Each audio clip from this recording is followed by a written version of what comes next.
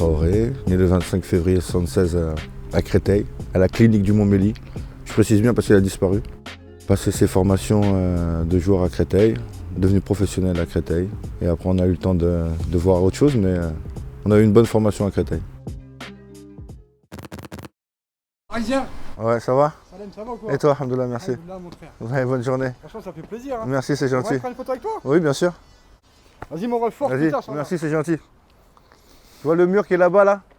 En fait, c'est le mur d'un parking. Et c'est là que je m'amusais à faire des passes, tout seul. T'as vu, il y a les petites barres au niveau des grilles. Il y a la première barre, la deuxième barre, la troisième et la quatrième. Tu vois? Donc tu te mettrais le plus proche, tu devais toucher la première barre.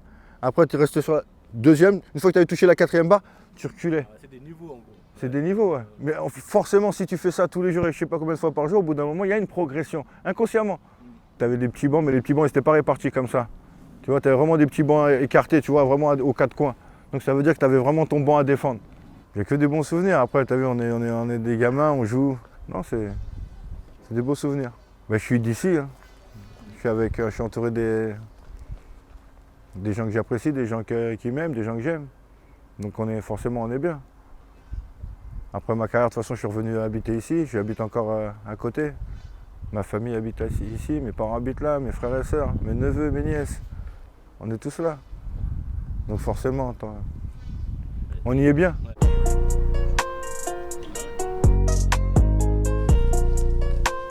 Pour aller faire les courses d'abord, hein, carrément. Pour acheter des baguettes, carrément, je sortais avec mon ballon. Toujours avec un ballon.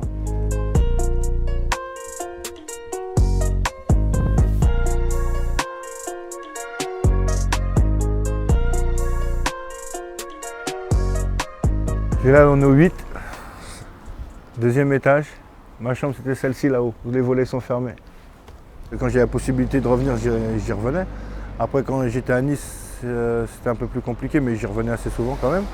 Chaque vacances scolaires. Et après, à Paris, quand j'étais à Paris, chaque week-end. Chaque week-end, j'étais là. Tu avais des bancs aussi un peu là sur la place que tu vois là-haut, tu vois, sur la petite butte de terre. Donc on joue aussi des petites qualifications. On a fait des qualifications partout ici. Voilà un peu mon ancien quartier. C'est beau, hein?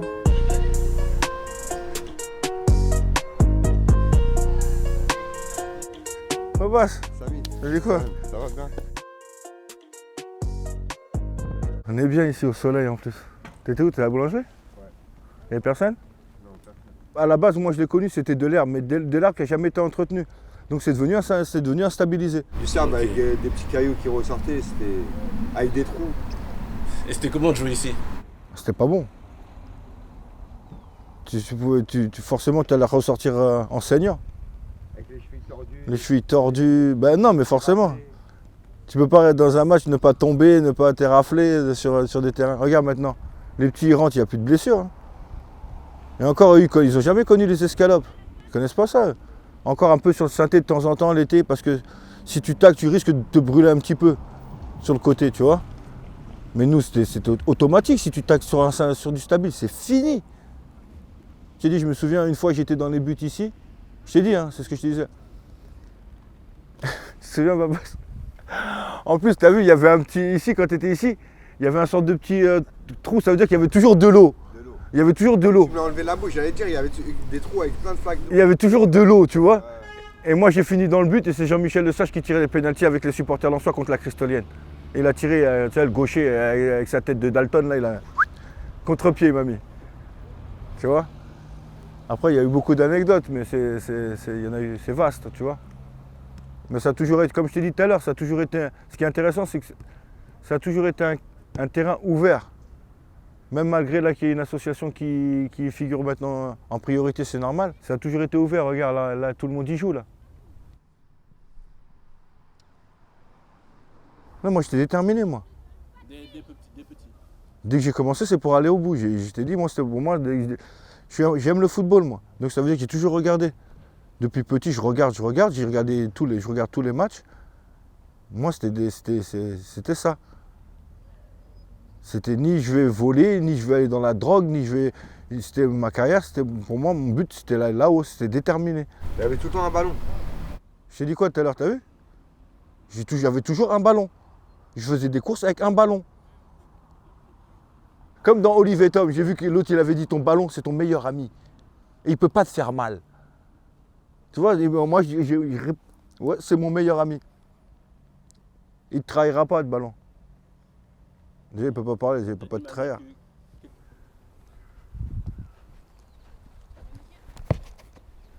Bah, t'as perdu le ballon, je vais pas te le donner à toi. Donne à celui qui l'a mérité. J'étais au lycée à Plaisance. Et comme il t'a expliqué Baba, j'étais un peu perturbateur.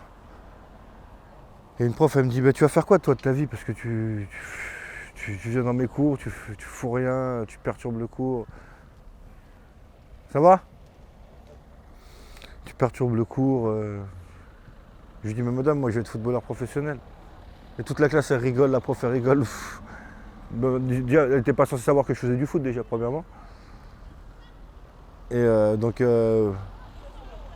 pour elle, c'était inconcevable. Quand on voyait le footballeur, elle se dit, mais lui, il est perché en fait. Il me parle de footballeur professionnel, et là, il fout le bordel partout. Ça se trouve, il n'est même pas sportif, il me parle de footballeur. Et je l'ai revu je l'ai revu à Carrefour carrément. Et je l'ai revu à Carrefour et je lui ai dit, après ma carrière, je lui ai dit, je vous ai dit quoi alors? Elle m'a dit franchement, elle m'a dit non, respect. Et même cette anecdote-là, elle l'a raconté elle avait une fille, elle a une fille. Elle l'a raconté à sa fille. Comme quoi, t'as vu, c'est le jour-là, bah, je l'avais en tant qu'élève et il m'a dit ça, tout le monde a rigolé, mais moi je rigolais. En fait, il a dit ce qu'il a fait. S'il allait faire, il l'a réussi réellement. Donc pour elle et pour moi, ça reste une bonne leçon de vie. Je t'ai dit, moi j'étais focus, je savais moi. Je savais que ça allait se passer comme ça. Je ne vais pas dire de gré ou de force. Parce qu'au bout d'un moment, la force, ça ne servira à rien du tout. Si tu n'as pas minimum les qualités requises.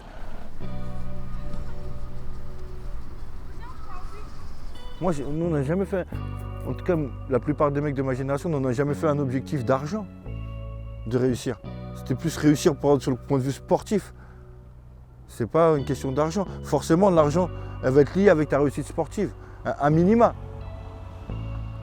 Mais c'était pas le but premier, du tout. J'avais un objectif, moi. T'as vu quand t'as la chance de pouvoir grandir à Créteil et de voir le terrain comme il est beau, et comme je t'ai dit tous les matins, ça sent l'herbe coupée là, du beau terrain qui est bien tendu. Nous, on n'avait pas la chance de jouer sur ces terrains-là. On pouvait que les regarder avec des gros yeux. On avait droit à ça, nous. Du stable. Moi, je suis une génération 76. Nous, on a connu les stabilisés. Ces générations ne connaissent pas les stabilisés. Les stabilisés blancs comme les stabilisés rouges, là. Nous, on a connu ça. On a toujours joué dessus nos matchs de championnat.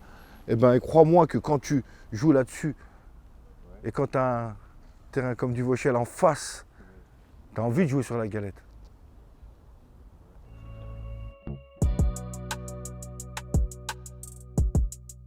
En fait, à Duvauchel, je t'explique, quand j'ai joué au match officiel, c'était bien, mais j'avais déjà joué dans la mesure où tous les 1er janvier, c'est férié. Et nous, on venait jouer. Donc, tu as vu, cette pelouse, je l'ai déjà foulée quand même, officieusement. Mais regarde derrière toi, regarde, elle est magnifique, comme je t'ai dit. Elle donne envie de jouer dessus, elle est belle.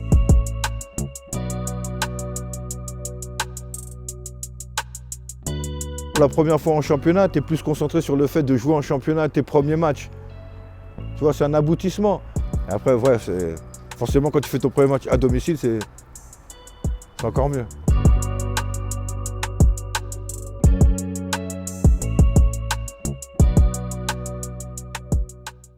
Bon, au départ, j'avais commencé à la SPTT de Paris parce qu'à Créteil, c'était compliqué. Il y avait beaucoup de bons joueurs. Il y avait les nationaux, il y avait toutes ces équipes phares. Et pour une première licence, je me suis dit je vais aller à la SPTT de Paris. Parce qu'à Créteil, au départ aussi, je suis d'une génération où quand les parents venaient en van ou avec une voiture, tu avais plus de chances de jouer le dimanche. Malheureusement, c'était vrai. Et vu que mon père n'a pas de permis et c'est un blédard, j'avais pas trop de chances de jouer. Et après, quand il fallait un peu de haut niveau et les nationaux, forcément, parce que nous, on n'avait pas les nationaux à la SPTT de Paris. Et quand on avait Créteil dans notre groupe, à l'époque, on prenait que des 5-0. On nous éclatait à chaque fois, donc j'ai décidé de venir à Créteil. Quand tu viens dans le club de ta ville, c'est autre chose.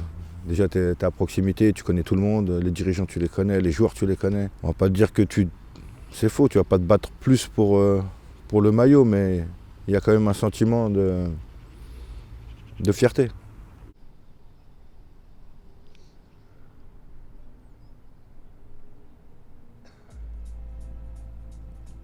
Mon mentalité, elle est parisienne, elle est banlieusarde, donc ça fait partie de moi. C'est cette mentalité de rien lâcher. Quand tu vis dans des pseudo-cités, où tu vis dans des regroupements, où il y a des gens qui sont un peu plus en difficulté que certains gens dans la population, il y a de l'entraide. Et cette entraide-là, elle se ressent dans tes traits de caractère, forcément. Et t'as vu, on a quand même cette particularité d'être des bons footballeurs. En tant que défenseur, j'étais quand même assez dur sur l'homme. Ouais, faut aimer ça, défendre. Faut aimer avoir le cul par terre, faut aimer la bagarre. Et moi j'aimais ça, donc ça va. Il y a des mecs qui font des très belles carrières qui n'ont jamais connu de montée. Connaître un stade plein, avec un envahissement de terrain, avec le maire content dans les vestiaires, qui chante, tu vois, c'est pas donné à tout le monde.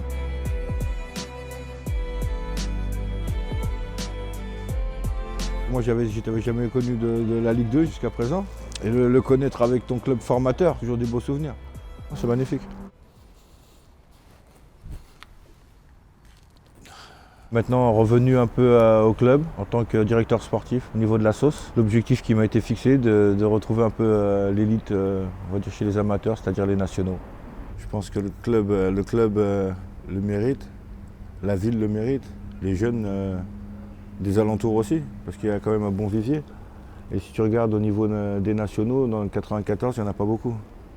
Donc il faudrait retrouver un peu cette catégorie phare.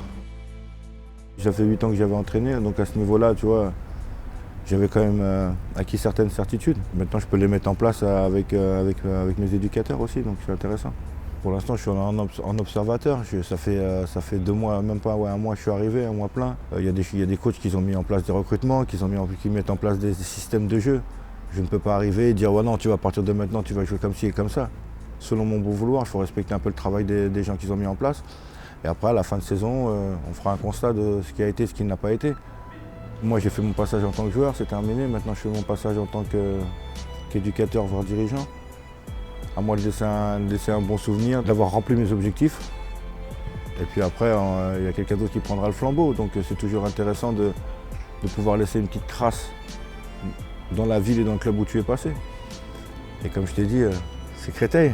Je sais pas moi, la ville est belle, le stade est beau, tout est bien pour bien travailler. C'est à nous de faire ce qu'il faut pour retrouver ces élites-là.